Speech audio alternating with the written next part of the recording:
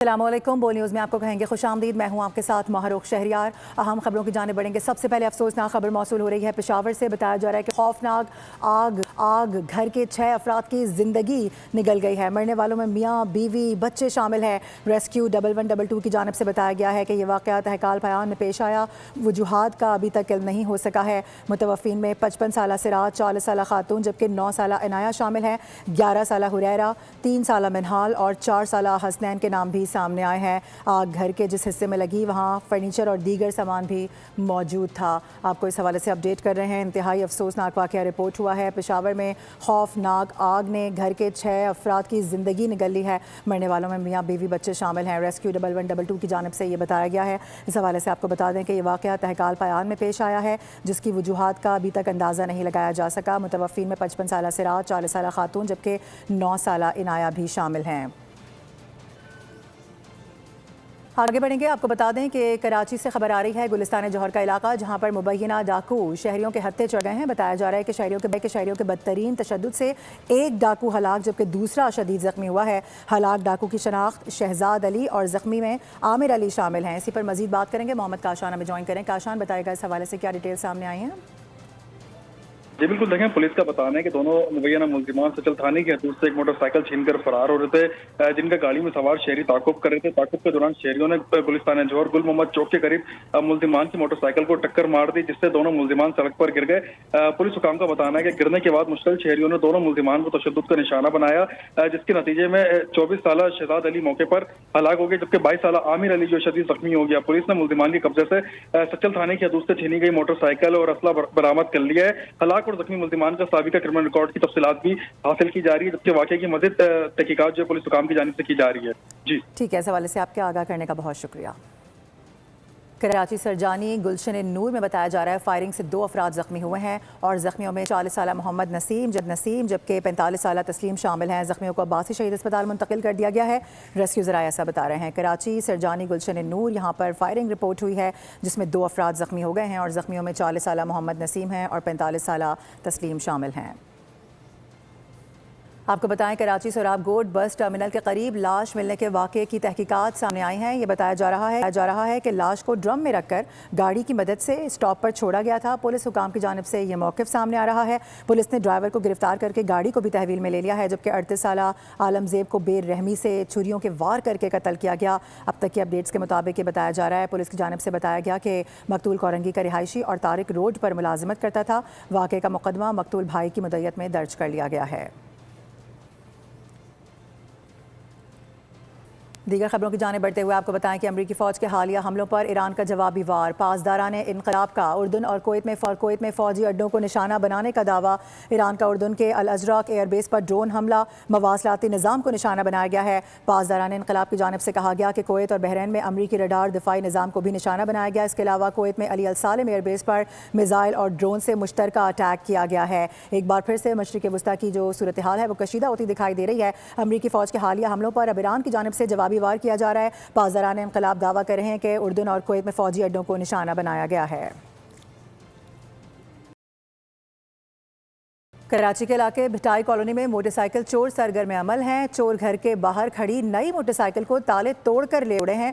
بتایا جا رہا ہے کہ شہری نے نئی موٹر سائیکل میں 3 لاک بھی لگا رکھے تھے۔ واردات زمان ٹاؤن تھانے کی حدود میں گزشتہ رات پیش آئی ہے جبکہ واردات کی CCTV فوٹیج بھی اس وقت بول کی اسکرین پر دیکھی جا سکتی ہے۔ کراچی کا علاقہ بھٹائی کالونی وہاں کے مناظر ہیں۔ یہ موٹر سائیکل چور سرگرم ہے۔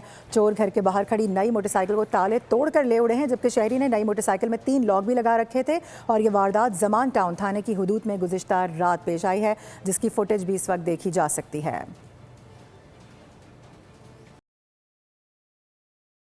پاکستان اسٹاک مارکیٹ میں تیزی دیکھی جا رہی ہے۔ آغاز اچھا ہوا ہے۔ بتایا جا رہا ہے کہ ٹریڈنگ کے دوران 2000 پوائنٹس کا اضافہ ریکارڈ کیا گیا ہے۔ ساتھ ہی ساتھ 100 انڈیکس کی بات کی جائے تو 1,77,242 پوائنٹس پر اس وقت ٹریڈ کر رہا ہے۔ کفیل احمد سے مزید ڈیٹیلز لیں گے۔ جی کفیل، بتائیے گا۔ دیکھیے اسٹاک مارکیٹ کی اگر ہم بات کر لیں تو جب سے ایک مرتبہ پھر ایران امریکہ کی جنگ دوبارہ شروع ہوئی ہے اس کے بعد سے مارکیٹ گراوٹ کا شکار ہے، تاہم آج شارٹ ریکوری جو ہے وہ مارکیٹ میں دیکھی جا رہی ہے۔ 2256 پوائنٹس کا مارکیٹ میں اضافہ ہے اور 1,77,541 کا مارکیٹ نے اب تک جو ہے وہ ہائی بنایا ہے. تو مارکیٹ سینٹیمنٹ آج تھوڑا سا پازیٹیو ہے کہ مارکیٹ جو ہے وہ گزشتہ 2 سے 3 روز سے جو ہے وہ گراوٹ کا شکار تھی. رائٹ، ٹھیک ہے کفیل، بہت شکریہ آپ کا ڈیٹیلز کے لیے. پاکستان اسٹاک مارکیٹ میں تیزی دیکھی جا رہی ہے. آغاز اچھا ہوا ہے. بتایا جا رہا ہے کہ ٹریڈنگ کے دوران 2000 پوائنٹس کا اضافہ ریکارڈ کیا گیا ہے. ساتھ ہی ساتھ 100 انڈیکس کی بات کی جائے تو 1,77,242 پوائنٹس پر اس وقت ٹریڈ کر رہا ہے. کفیل احمد سے مزید ڈیٹیلز لیں گے. جی کفیل، بتائیے گا.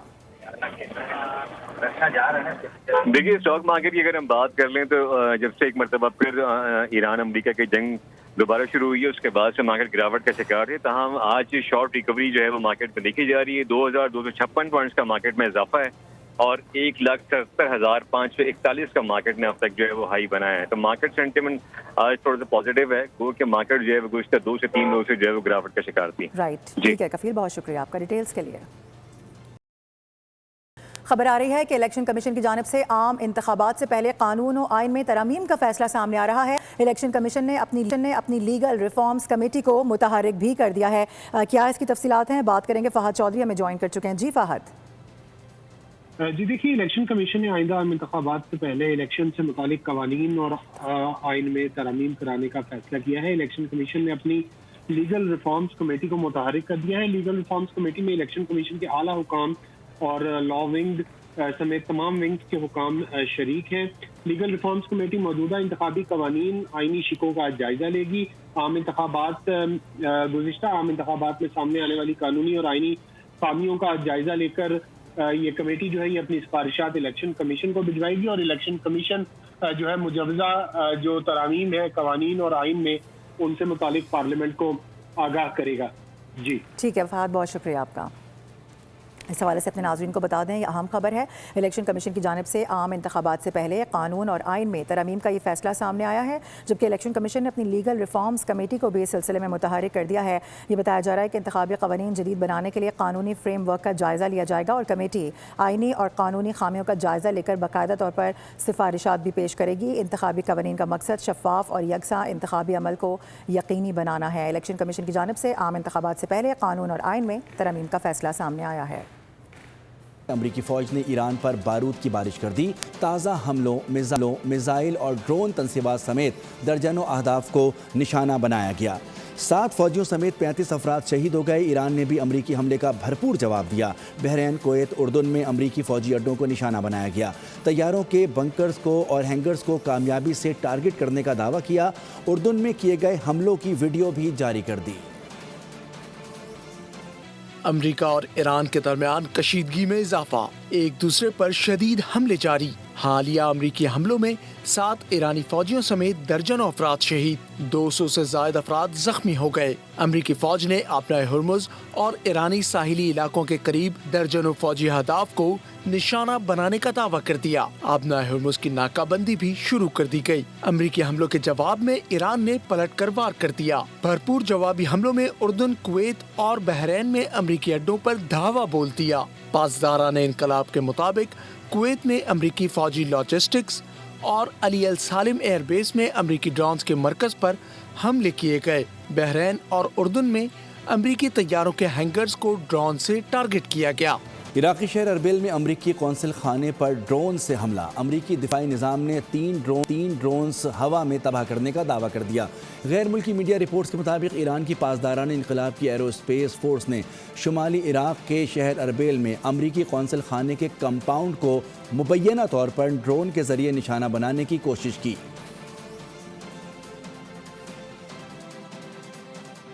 امریکی صدر ڈونلڈ ٹرمپ نے ایران کو مذاکرات نہ کرنے کی صورت میں شدید حملوں کی ایک بار پھر دھمکی دے دی ہے. اگلے ہفتے سے ایران کے بجلی گھروں اور پلوں کو نشانہ بنانے کا اعلان کر دیا ہے. واشنگٹن تنازع کا حل مذاکرات کے ذریعے چاہتا ہے، تاہم ایران کی جانب سے تعاون نہ کرنے کی صورت میں فوجی آپریشن موجود ہے. انہوں نے ایران کو خبردار کیا کہ آئندہ کارروائیاں پہلے سے زیادہ بڑے پیمانے پر ہو سکتی ہیں.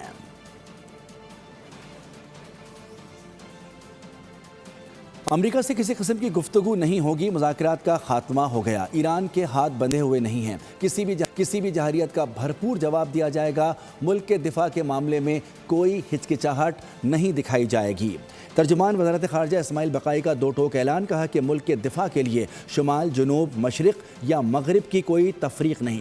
مسلح افواج ہر سمت سے ایران کے دفاع کے لیے تیار ہیں. ایرانی اسپیکر باقر قالیباف نے کہا کہ اس وقت حالت جنگ میں ہیں. جنگ اور مذاکرات سے متعلق معاملات میں غیر جماعتی اور متحدہ حکمت عملی اپنانے کی ضرورت ہے. موجودہ صورتحال میں واضح اور درست فیصلوں تک پہنچنے کے لیے سیاسی اختلافات سے بالاتر ہو کے قومی مفاد کو ترجیح دینا ہوگی. پاک فوج ہماری ریڈ لائن ہے، ان کے خلاف کوئی بات برداشت نہیں. پاکستان نے فیلڈ مارشل کی قیادت میں بھارت اور اسرائیل کو جواب دے دیا ہے.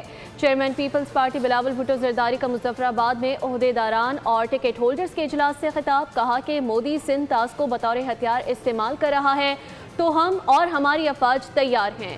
افواج پاکستان نے 1 سال پہلے مودی کو عبرتناک شکست دی. اگر پاکستان کے خلاف، پاکستان کے افواج کے خلاف، ہمارے ان سپاہیوں کے خلاف کوئی بات کرے گا تو ہمیں یہ برداشت نہیں کر سکتے ہیں. عالمی سطح کی سازشیں چل رہی ہیں اور ان تمام سازشوں میں پاکستان کا جو کردار ہے، ہمارا فیلڈ مارشل کا جو کردار ہے وہ آپ کے سامنے ہے. اسرائیل کی سازش ہے ایران کے خلاف تو وہاں پاکستان اپنا کردار ادا کر رہا ہے. بھارت کے حملہ کو جواب دینا ہے تو پاکستان اس حملہ کا جواب دے رہا ہے. مودی ہمارا اندس کو، ہمارا سندھو کو ہتھیار کے طور پہ استعمال کر کے پاکستان کے خلاف سنتاس معاہدہ پہ حملہ کر رہا ہے تو وہاں پورا پاکستان، ہم سب تیار ہیں ان کو جواب دینے کے لیے. 1 سال پہلے ہی مودی کو ایسے عبرتناک شکست دلوائی ہیں جو انشاءاللہ تعالی تاریخ یاد رکھے گا. تو وہ ہمارے ریڈ لائن ہے، وہ بھی ہم برداشت نہیں کر سکتے.